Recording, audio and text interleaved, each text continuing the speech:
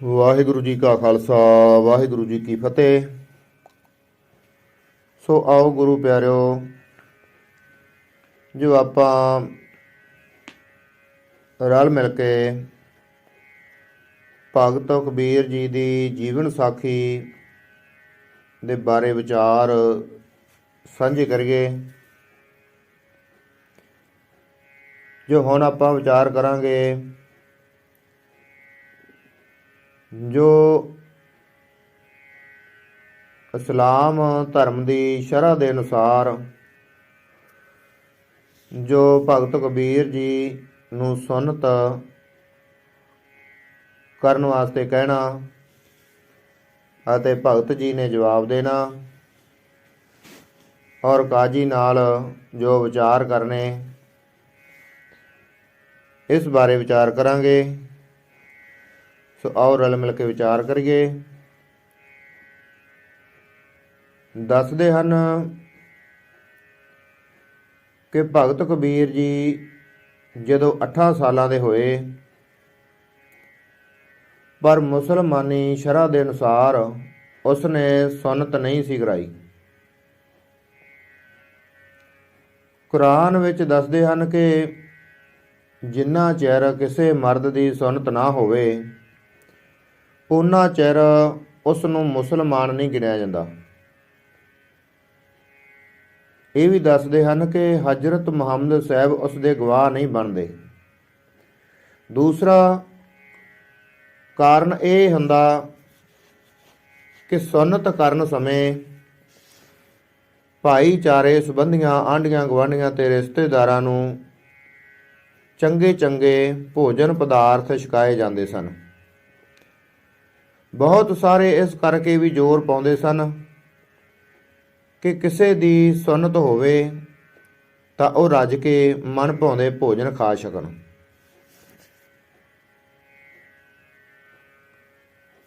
ਸੋ ਕਬੀਰ ਨੂੰ 8 ਸਾਲ ਦਾ ਹੋਇਆ ਦੇਖ ਕੇ ਸਾਰੇ ਆਖਣ ਲੱਗੇ ਕਿ ਹੇ ਨੀਰੂ ਜੀ, ਹੁਣ ਕਬੀਰ ਦੀ ਸੁਨਤ ਕਰੋ, ਇਸ ਦੀ ਸੁਨਤ ਕਰਾਉਣੀ ਚਾਹੀਦੀ ਹੈ। ਨੀਰੂ ਨੀਮਾ ਨੇ ਵਿਚਾਰ ਕੇ ਤੈਅ ਕਰ ਲਿਆ ਕਿ ਸੁਨਤ ਕਰਾ ਹੀ ਦਈਏ। ਦਿਨ ਭਲੇ ਸਨ, ਅੰਨ ਤੇ ਮਿੱਠਾ ਸਸਤਾ ਸੀ। ਉਹਨਾਂ ਦੇ ਬਰਾਦਰੀ ਦੇ ਸਿਆਣੇ ਆਦਮੀਆਂ ਨੂੰ ਪੁੱਛ ਕੇ ਸੁਨਤ ਵਿਵਹਾਰ ਦੇ ਖਰਚ ਹੋਣ ਜੋਗਾ ਅੰਨ, ਘਿਓ, ਮਿੱਠਾ ਖਰੀਦ ਲਿਆ। ਸੁਨਤ ਕਰਨ ਦਾ ਦਿਨ ਮਿਥਿਆ ਗਿਆ। ਰਿਸ਼ਤੇਦਾਰ ਸੰਬੰਧੀਆਂ ਵੱਲ ਸੱਦੇ ਭੇਜੇ ਗਏ। ਕਹਿੰਦੇ ਹਨ ਕਿ ਖੁਸ਼ੀ ਤੇ ਸ਼ਗਨਾਂ ਦੇ ਦਿਨ ਬੀਤਦਿਆਂ ਦੇਰ ਨਹੀਂ ਲੱਗਦੀ, ਛੇਤੀ ਬੀਤ ਜਾਂਦੇ ਹਨ। ਮਿੱਥੇ ਦਿਨ ਤੋਂ ਪਹਿਲੇ ਦਿਨ ਲੰਘ ਗਏ। ਉਹ ਦਿਨ ਆ ਗਿਆ ਜਦੋਂ ਬਰਾਦਰੀ ਤੇ ਮਿੱਤਰ ਤੇ ਰਿਸ਼ਤੇਦਾਰਾਂ ਦਾ ਆਣ ਜੁੜਨਾ ਹੋਇਆ। ਨੀਰੂ ਨੀਮਾ ਦੇ ਗ੍ਰਹਿ ਵਿਖੇ ਵਿਆਹ ਵਰਗਾ ਮਾਹੌਲ ਬਣ ਗਿਆ। ਮੌਲਵੀ ਜੀ ਵੀ ਆਪਣਾ ਦਾੜਾ ਸਵਾਰਦੇ ਹੋਏ, ਦਾੜੇ ਉੱਤੇ ਹੱਥ ਫੇਰਦੇ ਹੋਏ ਤੇ ਕੁਰਾਨ ਨੂੰ ਕੱਛ ਵਿੱਚ ਲੈ ਕੇ ਹਾਥੀ ਵਾਂਗ ਝੂਮਦੇ ਹੋਏ ਆ ਪੁੱਜੇ। ਸੁਨਤ ਵਾਸਤੇ ਜੋ ਉਸਤਰਾ ਤਿਆਰ ਕਰ ਲਿਆਏ। ਕਬੀਰ ਨੂੰ ਮੌਲਵੀ ਦੇ ਕੋਲ ਲਿਆ ਕੇ ਖੜਾ ਕੀਤਾ ਗਿਆ।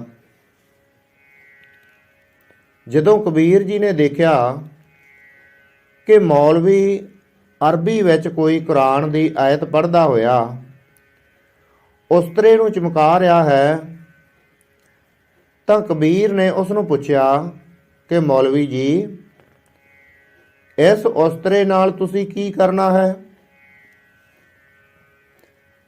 ਤਾਂ ਉਸਨੇ ਕਿਹਾ ਕਿ ਕਾਕਾ, ਤੇਰੀ ਸੁਨਤ ਕਰਨੀ ਹੈ।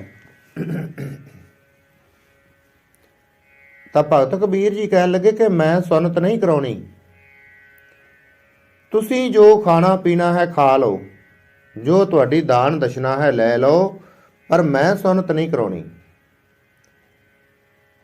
ਕਬੀਰ ਦੇ ਮੂੰਹੋਂ ਇਹ ਬਚਨ ਸੁਣ ਕੇ ਮੌਲਵੀ ਹੈਰਾਨ ਹੋਇਆ ਤੇ ਕਰੋਪੀ ਵੀ ਹੋਇਆ।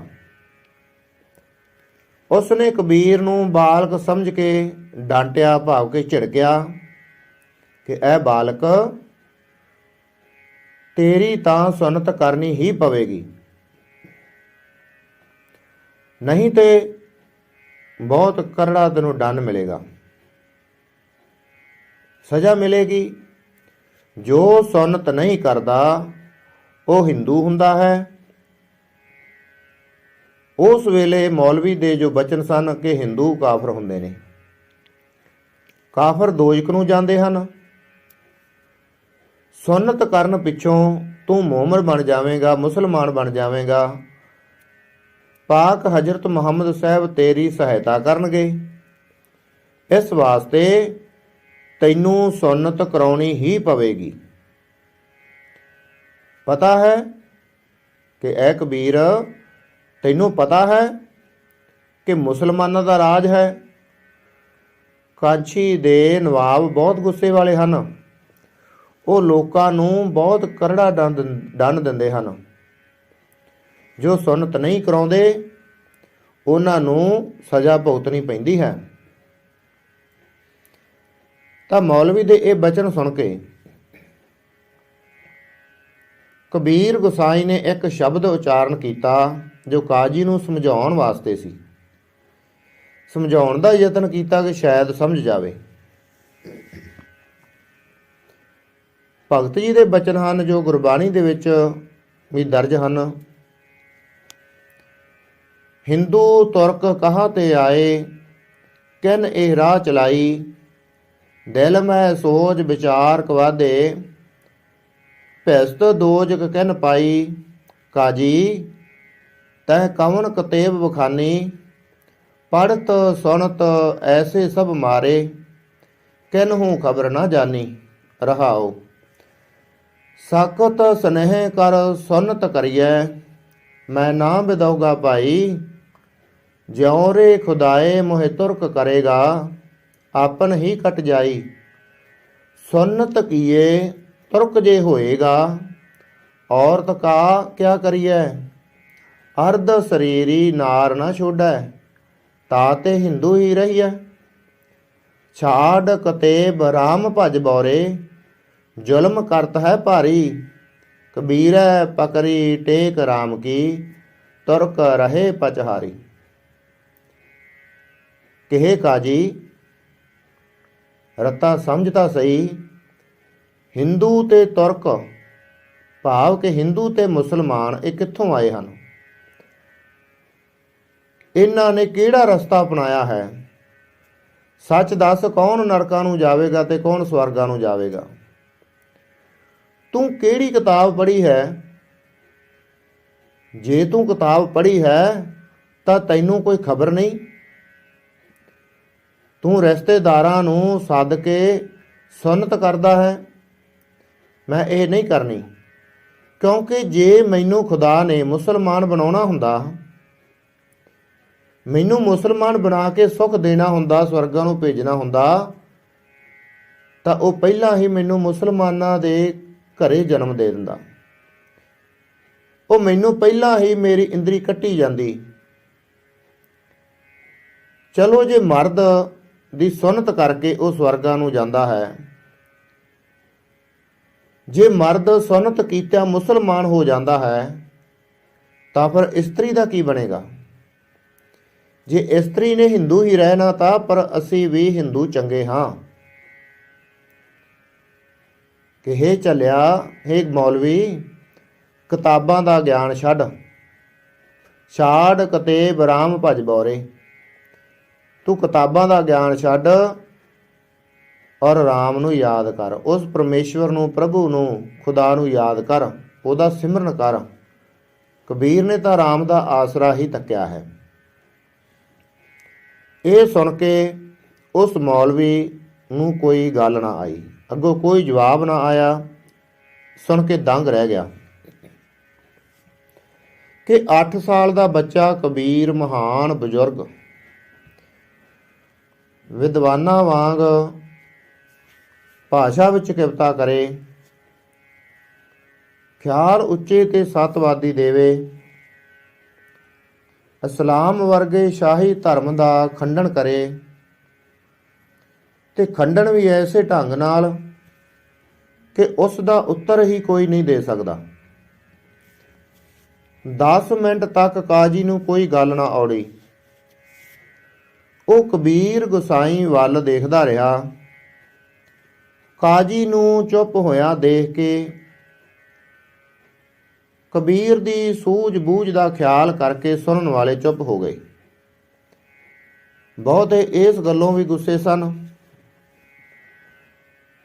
ਕਿ ਬਾਲਕ ਕਬੀਰ ਕਿੰਨੀ ਭੁੱਲ ਕਰਦਾ ਹੈ। ਅਸੀਂ ਜੁਲਾਹੇ ਜਾਤ ਹਾਂ, ਜੇ ਸੁਨਤ ਨਾ ਕੀਤੀ ਤਾਂ ਜੋ ਮੁਸਲਮਾਨ ਹਾਕਮ ਸੁਣੇਗਾ ਸਾਡੇ ਬਾਬੇ ਦਾਦੇ ਨੂੰ ਕਹਾਣੀ ਪੀੜ ਦੇਵੇਗਾ। ਨਵਾਬ ਦੇ ਜ਼ੁਲਮੀ ਸੁਭਾਅ ਨੇ ਉਹਨਾਂ ਦੇ ਦਿਲ ਦੀਆਂ ਕੋਠੀਆਂ ਹਿਲਾ ਦਿੱਤੀਆਂ। ਉਹਨਾਂ ਵਿੱਚੋਂ ਕਈ ਅੱਗੇ ਹੋ ਕੇ ਕਹਿਣ ਲੱਗੇ, ਰੌਲਾ ਪਾਉਣਾ ਸ਼ੁਰੂ ਕਰ ਦਿੱਤਾ ਕਿ ਹੇ ਕਬੀਰ, ਤੈਨੂੰ ਸੁਨਤ ਜ਼ਰੂਰ ਕਰਾਉਣੀ ਹੀ ਪਵੇਗੀ, ਨਹੀਂ ਤਾਂ ਨਵਾਬ ਤੈਨੂੰ ਦੰਡ ਦੇਵੇਗਾ। ਤੇ ਮੌਲਵੀ ਨੂੰ ਕਹਿਣ ਲੱਗੇ ਕਿ ਹੇ ਮੌਲਵੀ ਜੀ,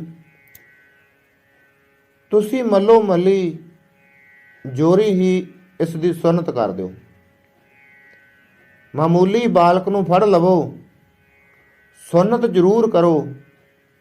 ਇਉਂ ਸ਼ੋਰ ਮਚ ਗਿਆ ਕਿ ਕਬੀਰ ਨੂੰ ਸੁਨਤ ਕਰਾਉਣੀ ਹੀ ਪਵੇਗੀ, ਮੱਲੋ ਮੱਲੀ ਇਸ ਦੀ ਜੋਰੀ ਹੀ ਸੁਨਤ ਕਰ ਦਿਓ। ਨੀਰੂ ਨੀਮਾ ਨੇ ਜਦੋਂ ਇਹ ਸੁਣਿਆ ਤਾਂ ਸੁਣ ਕੇ ਘਬਰਾ ਗਏ। ਪੁੱਤਰ ਉਹਨਾਂ ਨੂੰ ਬੜਾ ਪਿਆਰਾ ਸੀ, ਕਿਉਂਕਿ ਬਹੁਤ ਦੇਰ ਬਾਅਦ, ਬਹੁਤ ਸਾਲਾਂ ਬਾਅਦ ਕਬੀਰ ਦਾ ਜਨਮ ਹੋਇਆ ਸੀ। ਕਦੀ ਉਹ ਪੁੱਤਰ ਨੂੰ ਸਮਝਾਉਣ ਆਖਣ ਕਿ ਹੇ ਪੁੱਤਰ ਕਬੀਰ, ਤੂੰ ਸੁਨਤ ਕਰਾ ਲੈ। ਵੱਡੇ ਵਡੇਰਿਆਂ ਦਾ ਰਿਵਾਜ ਹੈ, ਉਹਨਾਂ ਦੀ ਰੀਤੀ ਹੈ। ਕਦੇ ਕਾਜੀ ਨੂੰ ਤੇ ਕਦੇ ਲੋਕਾਂ ਅੱਗੇ ਹੱਥ ਜੋੜਨ, ਉਹਨਾਂ ਨੂੰ ਸਮਝਾਉਣ ਕਿ ਉਹਨਾਂ ਨੂੰ ਕਿਸੇ ਕਿਸਮ ਦਾ ਨੁਕਸਾਨ ਨਾ ਪਹੁੰਚਾਵੇ। ਕਬੀਰ ਮਾਸੂਮ ਹੈ, ਅਜੇ ਇੰਨਾ ਉਸ ਨੂੰ ਗਿਆਨ ਨਹੀਂ ਹੈ। ਜੇ ਗਿਆਨ ਹੋਵੇ ਤਾਂ ਕਾਜੀ ਨਾਲ ਕਿਉਂ ਅੜੇ। ਤਕੜੀ ਆਤਮਾ ਵਾਲਾ ਬਾਲਕ ਕਬੀਰ ਨਹੀਂ ਡਰਿਆ। ਉਹ ਅਡੋਲ ਹੀ ਖੜੋਤਾ ਰਿਹਾ। ਉਸ ਨੂੰ ਆਪਣੇ ਰਾਮ ਪ੍ਰਭੂ ਤੇ ਭਰੋਸਾ ਸੀ ਕਿ ਉਸ ਦਾ ਰਾਮ ਸਭ ਤੋਂ ਤਕੜਾ ਹੈ, ਉਹ ਜ਼ੋਰਾਵਰ ਹੈ, ਉਸ ਦਾ ਹੁਕਮ ਸਾਰਿਆਂ ਤੇ ਹੀ ਚੱਲਦਾ ਹੈ। ਉਹ ਰਾਮ ਉਸ ਕਬੀਰ ਦੀ ਸਹਾਇਤਾ ਕਰੇਗਾ। ਇਹ ਕਾਜੀ ਤੇ ਲੋਕੀ ਕਿਹੜੇ ਬਾਗ ਦੀ ਮੂਲੀ ਹਨ। ਸਾਰੇ ਲੋਕ ਰੌਲਾ ਪਾਉਂਦੇ ਰਹੇ, ਗਰਮਾ ਗਰਮ ਬਹਿਸ ਹੁੰਦੀ ਰਹੀ, ਤਰ੍ਹਾਂ ਤਰ੍ਹਾਂ ਦੇ ਬੋਲ ਬੋਲੇ ਜਾਣ ਲੱਗੇ, ਪਰ ਕਿਸੇ ਨੂੰ ਵੀ ਇੰਨਾ ਹੌਸਲਾ ਨਹੀਂ ਸੀ ਕਿ ਕਬੀਰ ਨੂੰ ਅੱਗੇ ਹੋ ਕੇ ਹੱਥ ਪਾ ਲਵੇ।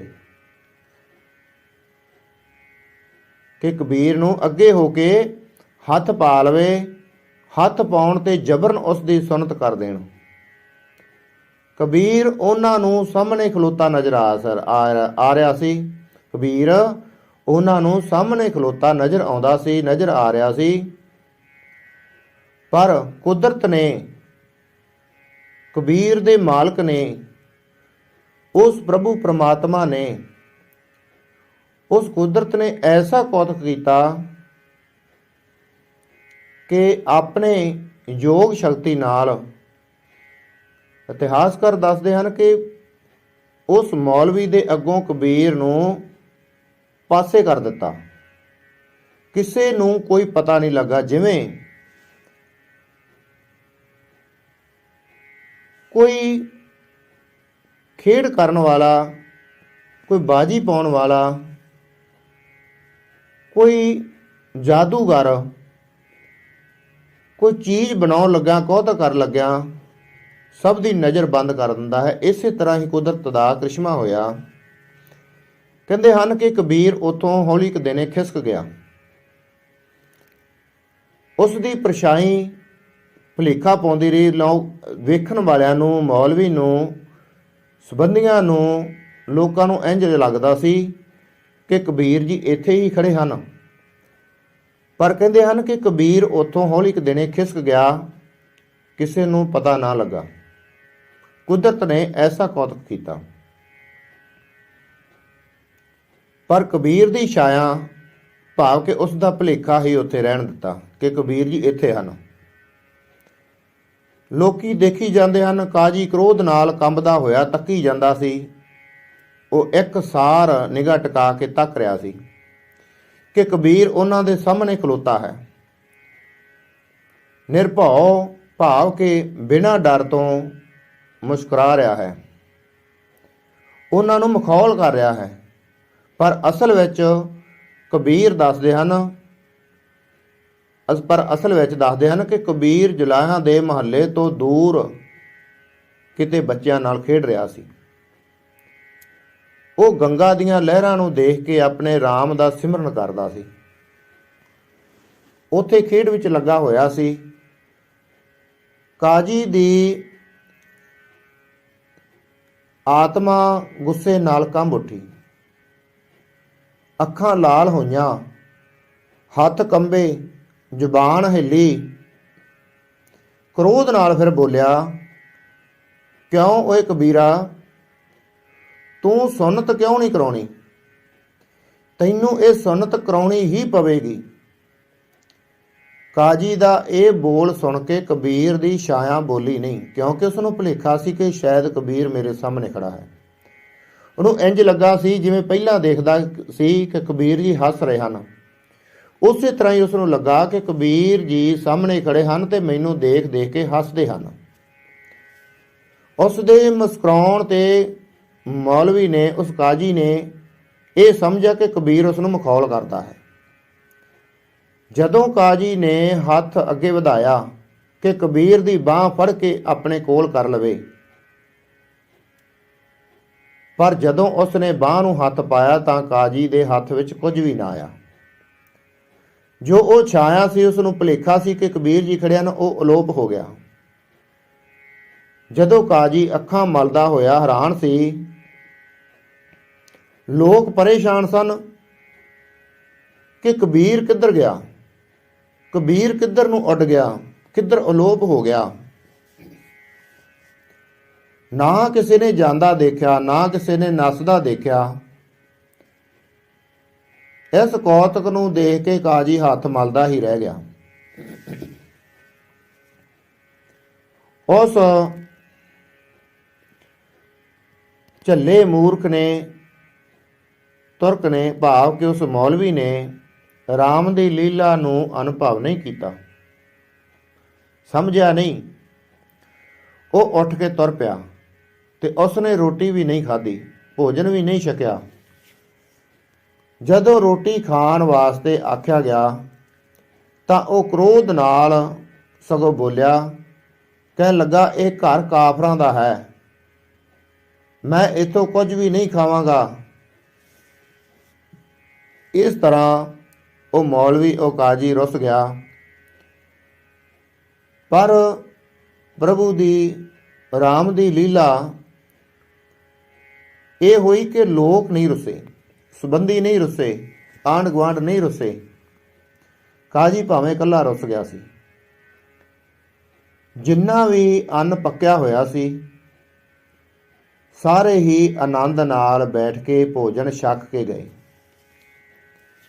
ਨੀਰੋ ਨੀਮਾ ਸਭ ਉਦਾਸ ਸਨ ਤੇ ਗੁੱਸੇ ਵੀ ਸਨ ਕਿ ਕਬੀਰ ਜੀ ਕਿੱਧਰ ਗਏ। ਉਹ ਹੈਰਾਨ ਸਨ ਕਿ ਇਹ ਖੇਡ ਕੀ ਵਰਤੀ ਹੈ, ਉਹਨਾਂ ਦਾ ਕਬੀਰ ਕਿੱਥੇ ਹੈ। ਉਹ ਕਬੀਰ ਨੂੰ ਲੱਭਣ ਵਾਸਤੇ ਘਰੋਂ ਤੁਰ ਪਏ। ਉਸ ਦਿਨ ਨੀਰੂ ਤੇ ਨੀਮਾ ਲੱਭਦੇ ਰਹੇ।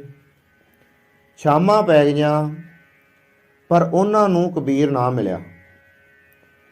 ਜਦੋਂ ਡੂੰਘੀਆਂ ਸ਼ਾਮਾਂ, ਭਾਵ ਕਿ ਹਨੇਰਾ ਹੋ ਗਿਆ,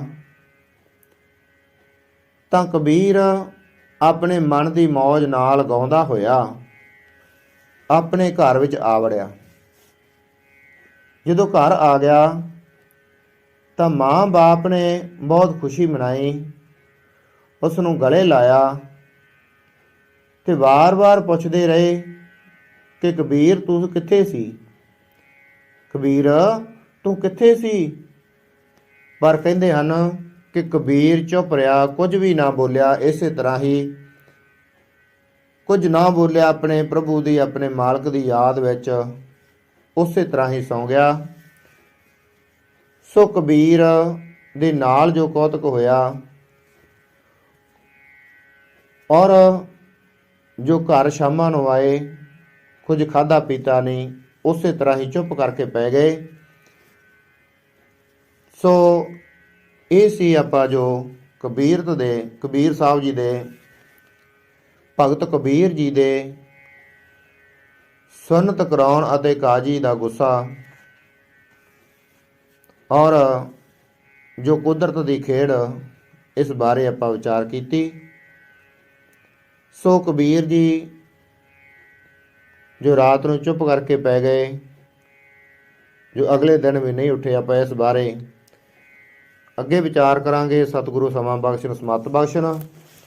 ਸੋ ਵਿਚਾਰਾਂ ਕਰਦਿਆਂ ਹੋਈਆਂ ਭੁੱਲਾਂ ਗਲਤੀਆਂ ਨੂੰ ਸਤਿਗੁਰੂ ਤੇ ਸਤਿਗੁਰੂ ਕੀ ਸੰਗਤ ਬਖਸ਼ਣ ਯੋਗ ਹੁੰਦੀ, ਬਖਸ਼ ਲੈਣਾ। ਅੱਗੇ ਵਾਸਤੇ ਸਤਿਗੁਰੂ ਸਮੱਤ ਬਖਸ਼ਣ। ਇੰਨੀਆਂ ਬੇਨਤੀਆਂ ਪ੍ਰਵਾਨ ਕਰਨੀਆਂ। ਫਤਿਹ ਦੀ ਸਾਂਝ ਪਾਈਏ ਜੀ। ਵਾਹਿਗੁਰੂ ਜੀ ਕਾ ਖਾਲਸਾ, ਵਾਹਿਗੁਰੂ ਜੀ ਕੀ ਫਤਿਹ।